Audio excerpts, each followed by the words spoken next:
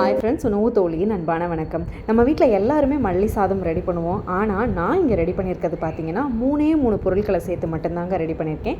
மல்லி, வத்தல், புளி, அந்த 3 வச்சு மட்டும் மல்லி சாதம் எப்படி ரெடி பண்ணுறது வித்தின் 10 மினிட்ஸில் நீங்கள் வந்து லஞ்ச் பேக்கு ரொம்ப ஈஸியாக ரெடி பண்ணுற மாதிரி, பேச்சுலர்ஸும் ரொம்ப ஈஸியாக செய்கிற மாதிரி தான் இந்த மல்லி ரெசிபி ரெடி பண்ணியிருக்கேன். ஸோ டைம் வேஸ்ட் பண்ணாமல் நம்ம வீடியோக்குள்ளே போயிடலாம். ஒரு கட்டு மல்லி வாங்கிக்கோங்க. இது வந்து 100லேருந்து 150 கிராம்குள்ளே இருக்கும். நீங்கள் ஒரு கட்டு மல்லியை வாங்கி நல்லா க்ளீன் பண்ணிக்கோங்க. சிட்டிஸ்லலாம் க்ளீன் பண்ண மல்லியே கிடைக்குதுன்னு நான் கேள்விப்பட்டிருக்கேன். ஸோ அந்த மாதிரி மல்லியும் நீங்கள் வாங்கிக்கலாம். அது வந்து 125 கிராம்லேருந்து 150 கிராம் இருக்கிற மாதிரி பார்த்துக்கோங்க.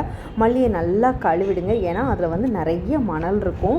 ஸோ மல்லியை இப்படி போட்டுட்டு ஒரு 2 செகண்ட் 3 செகண்ட் கூட ஊற வச்சுருங்க. பாருங்கள், நான் இந்த மாதிரி கழுவி எடுக்கும்போது எவ்வளோ மணலாக இருந்ததுன்னு சொல்லிட்டு ஒரு 2-3 தடவை கழுவி வச்சுருங்க.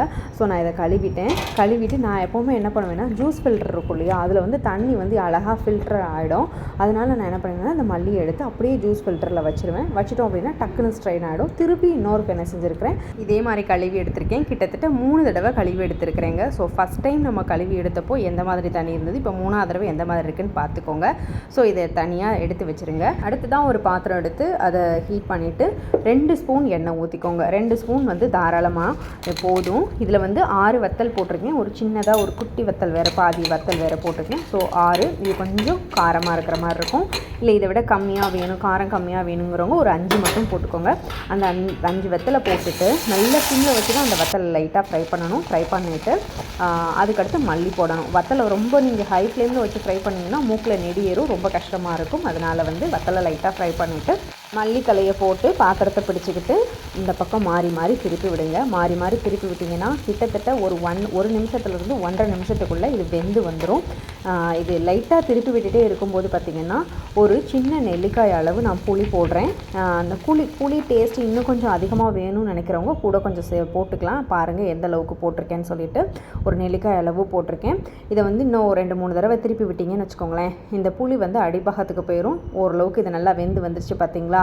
இப்போ என்ன செஞ்சிடலாம், நீங்கள் ஸ்டவ்வை ஆஃப் பண்ணிடலாம். ஸ்டவ்வை ஆஃப் பண்ணிவிட்டு இது ஆறின உடனே நம்ம இப்போ தான் அரைச்சி எடுக்க போகிறோம். அதையும் நான் உங்களுக்கு காமிக்கிறேன். மல்லித்தலை யூஸ் பண்ணி செய்கிற உணவுகளை நம்ம சாப்பாட்டில் அதிகமாக சேர்த்துக்கிறதுனால நம்ம உடம்புக்கு நோய் எதிர்ப்பு சக்தி கூடுங்க.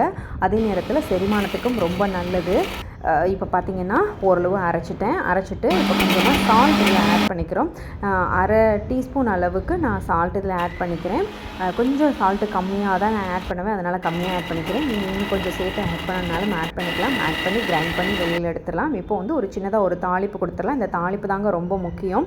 6 ஸ்பூன் அளவுக்கு நான் எண்ணெய் ஊற்றிருக்கிறேங்க, நல்லெண்ணெய் ஊற்றிருக்கிறேன். இந்த எண்ணெய் வந்து நீங்கள் நிறைய ஊற்றும் போது நீங்கள் இதை வந்து ஃப்ரிட்ஜில் வைக்காமலே வந்து வெளியில் வச்சு 2-3 நாளைக்கு யூஸ் பண்ணிக்கலாம். 1 ஸ்பூன் கடுகு, 1 ஸ்பூன் உளுந்தம்பருப்பு போட்டிருக்கேன். உளுந்தம்பருப்பு போட்டு கடுகு நல்லா வெடித்து வந்த உடனே வந்து கருவேப்பிலை போட்டுக்கலாம். கருவேப்பிலை போட்டுட்டு அடுத்ததாக நம்ம அரைச்சி வச்சுருக்கோம் இல்லையா, அந்த பேஸ்ட்டை இதில் ஆட் பண்ணிடலாம். ஆட் பண்ணி 2-3 கிளறி விட்டுட்டு நம்ம மிக்சியில் அரைச்சி எடுத்துருக்கோம் இல்லையா, அதையும் லேசாக என்ன செஞ்சுக்கலாம், கழுவி அந்த தண்ணியும் இதில் ஆட் பண்ணிக்கலாம். ஆட் பண்ணிவிட்டு ஃபுல் ஃப்ளேமில் வச்சு கொஞ்சம் 2 கிண்டி விடுங்க. கிண்டி விட்டுட்டு இந்த எண்ணெயும் இந்த அரைச்ச இந்த விழுதுகள் எல்லாம் சேர்ந்து நல்லா பிளெண்ட் ஆன உடனே சிம்மில் வச்சுருங்க. ஏன்னா இது மல்லித்தலை சட்னின்றதுனால பார்த்திங்கன்னா வெளியில் வந்து தெறிக்க ஆரம்பிக்கும். பாருங்கள், தெரித்து இப்போ எண்ணெய் பிரிஞ்சு நல்லா வந்துருச்சு. நான் சொன்னேன் இல்லையா ஏற்கனவே உப்பு பத்தலை, ரொம்ப கம்மியாக இருந்தது. அதனால் இன்னும் கொஞ்சமாக ஆட் பண்ணியிருக்கிறேன் நான். ஸோ நீங்கள் எனக்கு கரெக்டாக உப்பு போட்டு சாப்பாடு ரெடி பண்ணுவீங்க அப்படின்னா இன்னும் கொஞ்சம் நீங்கள் சேர்த்துக்கோங்க. சேர்த்துட்டு நல்லா இதை கிண்டி விட்டு இருந்தீங்கன்னா நல்லா சுருளை வதங்கி வந்துடுங்க. நல்லா எண்ணெய் பிரிஞ்சு வந்துடும். இந்த மல்லி துவையலை நீங்கள் இந்த மாதிரி ரெடி பண்ணிங்கன்னா ஃப்ரிட்ஜு இல்லைன்னா கூட பரவாயில்ல, நீங்கள் வெளியிலேயே வச்சு 2 நாள் யூஸ் பண்ணலாம். பேச்சுலர்ஸ், இது உங்களுக்கு ரொம்ப ஈஸியான ரெசிபி. இந்த ரெசிபியை நீங்கள் ரெடி பண்ணி வச்சுக்கிட்டீங்கன்னு வச்சுக்கோங்களேன், நீங்கள் இது வந்து சாதத்துக்கு தொட்டு சாப்பிட்டுக்கலாம்.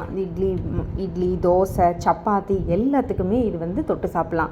இப்போ இந்த மல்லி துவையல் எடுத்து சுட சாதம் ஆக்கி அதில் நம்ம போடுறேன் பாருங்கள். இப்போ போட்டு நல்லா பிசைஞ்சுக்கிடுங்க. பிசைஞ்சு அப்படியே ஒரு உருண்டை உருட்டி சாப்பிட்டீங்கன்னு வச்சுக்கோங்களேன், தேவாமிர்தமாக இருக்குங்க.